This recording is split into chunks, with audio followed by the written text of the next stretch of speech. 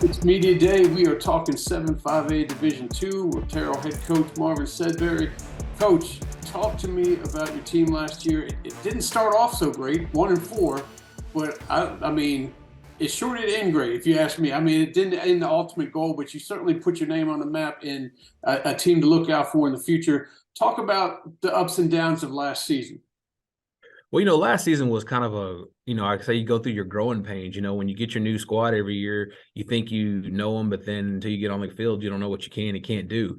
And I think the biggest thing that our kids showed was resiliency because, early, we started out 1-4, but the thing was, is like we had to convince our kids and our coaches, like, don't panic. I think people lost sight of, we lost our very season opener to Hallsville by 3, which was a playoff team.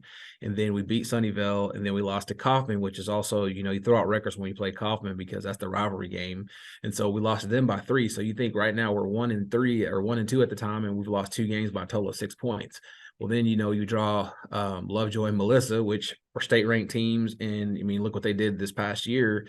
And so, for us, it's like, okay, we're sitting there 1-4. I said it'd be a different feeling if we were 3-2 or whatever. Everybody wouldn't have panicked. But then I was like, okay, 1-4. We got the bye week. Let's regroup. Let's go back to what we've been doing, and let's really make sure it's not a scheme issue. It's not a player personnel issue. And we talked to our kids. And so we did something a little bit different. I took 2 days, and I told the kids, I said, everybody just get away. I told the kids, y'all got 2 days to refresh. I told the coach, y'all got 24 hours to refresh, and we're going to spend 1 day as a staff just making sure that we're crossing our T's and dotting our I's. Then we bring the kids back. We kind of sat them down, and just like I just explained it to you, I said, look, guys, we're playing solid football. It's just we haven't, been able to get over that hump in a tight game.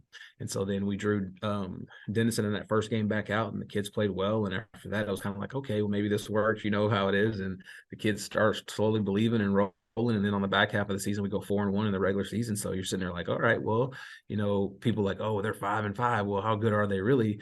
I felt like our district is one of the toughest districts. I mean, the last, 2 years, even we were in 4A with Argyle and Melissa and those guys and Paris and those guys that could play. It was like, we don't get teams that can't play football, and so it's just like every week is a dogfight for us. And so we felt like we were in the mix and in the hunt. And then, we went to the rain game down off in Texas High for the first round, and they're district champs and everything. And our kids came out after half, and I could tell they were locked in and focused. We scored the first play of the second half, and tie it up. And I was like, okay, I think these kids are gonna do what it takes. And next thing you know, we're in overtime. We're coming away with the win. And second round we draw Everman, and everybody counts us out. And so it's kind of like, hey, nobody's picking us, so now let's just go have fun and play ball.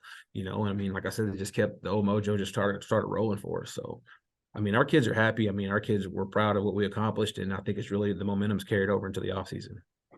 And it could very well start off next year the same way. I mean, you're obviously going to get Lovejoy and Melissa right away. They're still stacked. There's still Nigel Smith on the other side and all that stuff. Exactly. But at least you now have the proof is in the pudding. All you got to do is because last year when you say, hey, look at our past, they're like, we are looking at our past, coach. That's why we're upset. But now you can say that, and they'll be like, okay, let's dial in. Is that a deal where you can kind of build off of that through the off season and beginning of next year? For sure. Last year was also my first group of what I call seniors that have been with me all 4. This is me finishing year 4 here. And, I felt like those were our kids, those were what I call the fighters. Those were the kids that have been doing it our way. And now I feel like these are the kids we had as 8th graders and 7th graders that have come up through our system. And it's like, they know how to handle adversity, know how to handle tough times. And just, one thing about old Terrell kids in general, Terrell kids are tough. And so, I mean, that's one thing we've never argued about. And it's just, I feel like we're in a location where you don't know who you're going to get zoned with. I always laugh when UIL realignment comes out. Everybody's like, well, are y'all going towards DISD, or y'all going to stay going to East Texas? Or nobody ever even thought about us going back up north. Well, that's what happened. And like our kids, like I tell them, I said, it doesn't matter who we play, we're going to play, and we're going to figure out what we got to do to win. So. Yeah, that's what I was going to say. I was talking to Diggs earlier this week, and we were talking about this district. I said one thing, and now you had brought it up a little bit about 7-on-7 and how they kind of up the prices a little bit. You got to get that money set for the gas for the buses because you're going all over the place in that district. Let's talk about your running game a little bit with Chase coming back? Chase is about to be a 4-year starter. Okay. And he's the real deal. It's going to be great to have a kid that's been back there for 4 years. And I mean, a lot of people don't know this, but he just broke the single season rushing record here last year. And I think he's fixed to break the overall rushing record as being a 4-year guy. Solid kid. We've got 2 kids that are, we got a kid named Trey Roberts, who's going to be our other feature back. He actually was playing wing back for us and kind of some slot receiver, but he's going to be another back. And we got a kid named Jay Hall. He's going to be the other back. I feel like, Terrell we don't lack in backs. We've always had a back. We've got about 3 kids, Talon Kennedy, that we can throw back there with Chase that we feel like are going to be able to tote the mail. And so, Chase is going to obviously spearhead that whole thing, but that's kind of why we're trying to play a little bit more 7-on-7. People don't know this. We played probably more 7-on-7. I played my entire career the last 2 years because we are trying to get better at throwing the ball. And, people can mistake us because we're a wing T team that we won't throw it. But, it's just kind of like people don't make us have to throw it a whole lot. Right. And being wing T, you got to, and this is what I'm interested about 2023, you got to have those guys up front. How are we doing as far as experience there and knowing their assignments and some guys you're comfortable with on the line? Is that going to take some spring ball to get that thing going? Well, technically, offensively, we're only lost 2 starters on the O-line. So that's a positive with those guys coming back. But I will say those 2 guys that we lost are huge impact players. And so, we've been talking about it this spring, who's going to replace those guys. And, we've got some young kids. The good thing is our younger class, our sophomores to be, they're kind of loaded with linemen, actually. There's probably about 3 of those guys that have a chance to play up for us. But, we're going to have to, in our district, you have to be physical. And so, we're going to have to do some things to be able to move the football. But, spring will tell us a lot about our football team, and especially up in the trenches on both sides of the ball. This is week 6 of the off season of us doing this. You might be the first coach that's somewhat happy with their offensive line. Most of them are like, oh God, I don't know what's going to happen here.